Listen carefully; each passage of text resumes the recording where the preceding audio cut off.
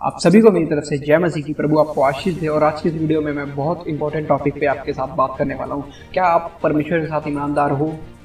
क्या आप अपने परमेश्वर को हर एक बात बताते हो अपनी लाइफ की? क्या आप परमेश्वर के साथ हर एक चीज़ को शेयर करते हो? हाँ, मुझे पता है कि आप अपने दुखों को शेयर करते हो परमेश्वर के साथ, लेकिन आप अपनी खुशियों को शेयर करते हो परमेश्वर के साथ? क्या जब आप अपने लिए फ़ोन लेने के लिए जाते हो तो परमेश्वर को बताते हो कि हाँ परमेश्वर, मैं आज ये फ़ोन लेने के लिए जा रहा हूँ, आज मेरे साथ चल खुदा, मेरा चुनाव करवा कि मैं कौन सा फ़ोन लूँ? नहीं बताते। क्या आप जब कभी अपने लिए कोई घड़ी लेने के लिए जाते हो तो परमेश्वर को बताते हो? नहीं बताते। कभी आप कपड़े लेने के लिए जाते हो, परमेश्वर को बताते हो? नहीं बताते। आपको लग रहा होगा, कई लोग ऐसा सोच भी रहे होंगे कि पता नहीं कैसी बातें कर रहा है, परमेश्वर को इन सब चीज़ों के बारे में बताने के लिए बोल रहा है। लेकिन मैं आपको एक बात बताऊँ, परमेश्वर कोई ATM मशीन नहीं है कि आपने जब कुछ मांगा परमेश्वर ने दे दिया। आपको हर एक चीज़, वो आपका बाप है। उसको जब हमारे घर में कोई गार्जियन होता है तो हम उसको ज़रूर पूछते हैं कि क्या, अगर आपके पापा आपके घर में गार्जियन हैं तो आप उनसे ज़रूर पूछेंगे कि क्या पापा मैं आज ये घड़ी ले लूँ? और आपके पापा आपकी मदद भी करेंगे। अगर आपको उस घड़ी में 200 रुपये 100 रुपये कम भी पड़ रहे होंगे तो आपके पापा देंगे। तो इसी तरह हमारा बाप है, वो राजाओं का राजा है। अगर हम उसको बताएंगे तो वो हमको हमारी सोच से ज़्यादा देगा। आप शायद 500 रुपये की घड़ी लेने गए हो, आप 1000 रुपये की घड़ी लेने गए हो, आपके पास पैसे कम बढ़ जाए, या आपको कोई ऐसी घड़ी पसंद आ जाए जिसके लिए आपके पास पैसे ना हो, तो उस टाइम पे कौन मदद करेगा? आपकी परमेश्वर मदद करेगा।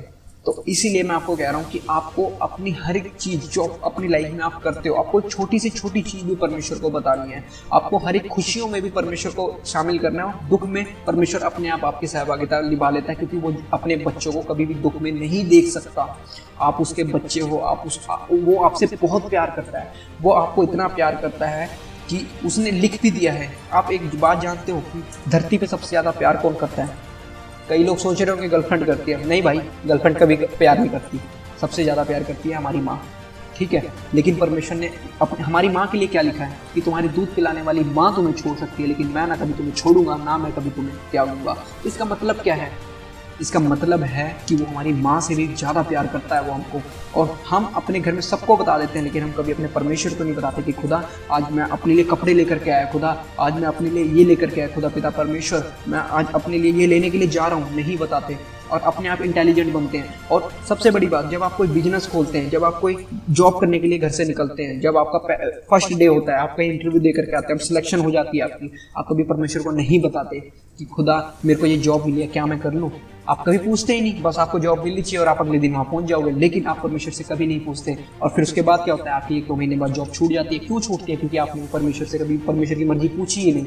वो राजाओं का राजा है। क्या पता वो आपको उससे बड़ी जॉब देना चाहता हो, लेकिन आप 10,000 वाली जॉब लेकर के बैठ गए हो। आपको 25,000 वाली जॉब देना चाहता हो, लेकिन आपने अपनी ही आशीषों को बंद कर लिया क्योंकि आप इंटेलिजेंट बन रहे थे परमेश्वर के आगे। तो इसीलिए मैं आज आपको बता रहा हूँ मेरे भाई और बहनों, इंटेलिजेंट बनना बंद करो, क्योंकि आप अपने आप को जब तक मूर्ख नहीं साबित करोगे परमेश्वर के आगे, तब तक परमेश्वर आपको नहीं उठाएगा। क्योंकि परमेश्वर का कलाम कहता है कि मैं मूर्खों को चुनूंगा ताकि वो बुद्धिमानों को शर्मिंदा कर सके। तो इसका मतलब क्या है कि आपको मूर्ख बनना है, आपको शून्य बनना है परमेश्वर के आगे। आपको ऐसा बच्चा बनना है उसका कि हर एक चीज़ उसको बतानी है, हर एक चीज़ उससे शेयर करनी है। आप जब कुछ अच्छा करनी है तब भी, आपसे अगर कोई गलती होगी हो तब भी, और अगर आप कुछ लेने जा रहे हैं तब भी, और अगर आप कुछ सोच रहे हैं अपने लाइफ में करने की, और परमेश्वर से जरूर उसके बारे में पूछे। देखिए बहुत लोग ऐसा बोलेंगे कि हम पूछते हैं लेकिन परमेश्वर जवाब नहीं देता। मैं आपको एक बात बताऊं, परमेश्वर जवाब देता है, लेकिन एक सही टाइम पर देता है। तब आपको बाद में इस बात का पता लगता है कि हाँ यार, परमेश्वर ने सच में यार मैंने ये चीज़ उस दिन पूछी थी परमेश्वर से, लेकिन आज उसने मेरा इस बात का जवाब दे दिया। उसने क्यों दिया जवाब? पता है, क्योंकि परमेश्वर के हर एक चीज़ का टाइम होता है। अगर परमेश्वर आपकी लाइफ में छुटकारे करना चाहता है तो उसने एक टाइम ठहरा रखा है उसके लिए, तभी वो छुटकारे करेगा। आप किसी भी पास्टर के पास चले जाओ, आप किसी भी बड़े से बड़े अपोस्टल प्रॉफिट के पास चले जाओ, आपके छुटकारे नहीं हो सकते जब तक परमेश्वर ना चाहे। परमेश्वर ने हर एक चीज़ का एक दिन ठहरा रखा है। मैं आपको एक एग्जांपल से बताता हूँ। जब प्रभु यीशु हमारे लिए धरती पर आए तो उन्होंने क्या करा? वो राजाओं के राजा हैं, वो स्वर्ग से उतरे हुए साक्षात परमेश्वर थे। वो चाहते बचपन से ही चिन्ह चमत्कार कर सकते थे, लेकिन उन्होंने नहीं किए, क्योंकि परमेश्वर ने उनका एक दिन ठहरा रखा था। उनको 30 साल की उम्र में जब उन्होंने बपतिस्मा लिया, उसके बाद उनको पवित्र आत्मा मिला, और 30.5 साल की उम्र में उन्होंने पूरी दुनिया को हिला दिया था। तो कहने का मतलब यही है कि अगर आपके साथ परमेश्वर है तो आप सब कुछ कर सकते हो। परमेश्वर ने आपके लिए एक दिन ठहरा रखा है। चाहते तो आप इस चीज़ से समझ सकते हो, चाहते तो प्रभु यीशु अपने बचपन से ही बहुत अच्छे चिन्ह चमत्कार कर सकते थे, लेकिन उन्होंने नहीं करे। क्यों? क्योंकि उनको पता था कि मेरा अभी टाइम नहीं आया है। तो इसीलिए आपको मैं एक चीज़ बता दूं, जब आप वक्त से पहले कोई चीज़ करते हैं तो उसमें आप फेल हो जाते हैं। आप जब वक्त से पहले कोई गाड़ी ले आते हैं अपने घर में तो आप फेल हो जाते हैं। आप कोई प्रॉपर्टी ले लेते हैं तो आपका नुकसान हो जाता है। क्यों? क्योंकि आपने कभी परमेश्वर से उसकी मर्जी नहीं पूछी, और परमेश्वर से आपने मर्जी पूछी तो परमेश्वर ने नहीं बताया तो आपने अपनी मर्जी कर ली, क्योंकि आपने ये सोचा कि यार मैं तो रोज पूछता हूँ लेकिन परमेश्वर तो मुझे बताता नहीं, तो चलो यार छोड़ो मैं खुद ही कर लेता हूँ। तो इसका मतलब क्या हुआ? आप इंटेलिजेंट बन गए अपने आप को सोचा कि बस मैं ही हूँ। तो इसका मतलब ये है कि आप परमेश्वर को इम्पोर्टेंस नहीं दे रहे हैं अपनी लाइफ में। मैं आपको एक बात बताऊँ, आपको आपके घर वाले बाहर निकाल सकते हैं, लेकिन अगर परमेश्वर का अनुग्रह आपके ऊपर है तो मैं कह रहा हूँ कि पूरी दुनिया में कोई आपको कहीं से बाहर नहीं निकाल सकता। और जो दरवाजे परमेश्वर आज आपके लिए खोल देगा ना, वो दरवाजे कोई किसी माई का लाल में दम नहीं है कि कोई वो दरवाजे बंद कर दे, क्योंकि परमेश्वर हमारा ऐसा ही है। जब उसके खुले हुए को ना कोई नहीं बंद कर सकता, कोई भी, ना शैतान ना ही कोई और, क्योंकि उसका खोले हुए में बहुत दम है। जब वो खोलता है दरवाजे तो उसको बंद करने के लिए कोई भी कहीं से भी आ जाए, कोई इंसान हो, चाहे शैतान हो, चाहे जानवर हो, चाहे कोई भी हो, वो दरवाजे कोई भी बंद नहीं कर सकता आपके लिए जो वो खोल देगा। तो इसलिए आपको मैं आज इस वीडियो के दौरान आपको बताना चाहता हूँ कि आप ईमानदार हो जाएं परमेश्वर के साथ। ईमानदार आप, मैं जानता हूँ कि क्या पता आप दशमांश में ईमानदार हैं। आप सोच रहे होंगे कि यार ईमानदार तो मैं दशमांश में भी देने में ईमानदार हूँ। मैं मानता हूँ कि आप दशमांश देने में ईमानदार हैं। आप अपने घर की हर एक इनकम को, जब आपके पास इनकम का सोर्स बनता है, आप उसके अंदर से दशमांश देते हैं परमेश्वर को। लेकिन मैं आपको कह रहा हूँ कि आप अपनी लाइफ के हर एक छोटे बड़े मूवमेंट में भी परमेश्वर को इन्वॉल्व करें, क्योंकि परमेश्वर को जब तक आप अपनी लाइफ में नहीं लेंगे सही से, तो परमेश्वर को कैसे लगेगा कि ये मुझे मेरी फैमिली समझते हैं। आप अभी परमेश्वर को, कई लोग ऐसे हैं परमेश्वर के साथ क्या करते हैं कि परमेश्वर से मांगा, परमेश्वर ने दिया और बस हो गया काम। भाई ऐसा नहीं है। परमेश्वर हमारा कोई ATM मशीन नहीं है कि बस आपने प्रार्थना के साथ कार्ड डाला और परमेश्वर ने आपको दे दिया और आप भूल गए। ऐसा कुछ नहीं है। हमारा परमेश्वर राजाओं का राजा, सर्वशक्तिमान परमेश्वर है।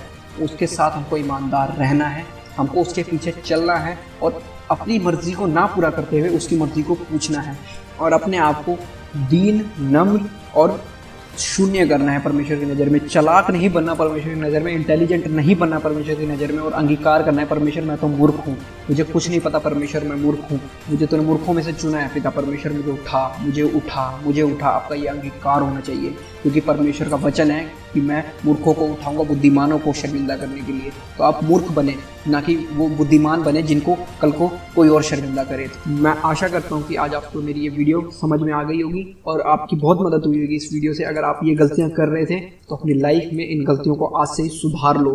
अपनी लाइफ में अपने अंगीकार को बदल दो। अगर आप बहुत ज़्यादा तेज बनते हैं, अपने आप को बहुत ज़्यादा शातिर समझते हैं, अपने आप को सोचते हैं कि मैं बहुत इंटेलिजेंट हूँ, मैं हर एक काम कर सकता हूँ, तो इसका मतलब है कि आप गलत रास्ते पे हो। अपने आप को ये बोलो, चाहे आपको सब आता हो, लेकिन आपने सिर्फ ये अंगीकार करना है खुदा मैं तो सिर्फ और सिर्फ मूर्ख हूँ और तू मूर्खों को चुनता है। मैं विश्वास करता हूँ खुदा तू मुझे चुनेगा। आपका ये अंगीकार होना चाहिए और ये अंगीकार आपको स्वर्ग तक लेकर के जाएगा।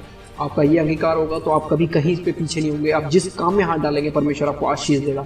आप जिस गाड़ी को लेने के लिए जाएंगे परमेश्वर उसमें आपको बहुत टाइम से ब्लेस करेगा। ना कभी उस गाड़ी का एक्सीडेंट होगा, ना उसका कभी कोई नुकसान होगा। आप कभी कोई फ़ोन लेंगे तो परमेश्वर आपको, आप 10,000 वाला ले जाएंगे, आपको 20,000 वाला दिलाएगा, क्योंकि आप मूर्ख बने परमेश्वर क्या कि आपने परमेश्वर को इंपॉर्टेंस दी, परमेश्वर से पूछा। तो अपनी लाइफ में पूछना शुरू करें परमेश्वर से, और परमेश्वर किस तरह जवाब देता है मैं आपको एक अलग से वीडियो बना करके बता दूंगा कि परमेश्वर हमारी बातों का किस तरह से जवाब देता है। क्योंकि बहुत लोग चाहते हैं कि हमें ये बात पता हो, कि बहुत से ऐसे लोग हैं जिनको नहीं पता इस बारे में।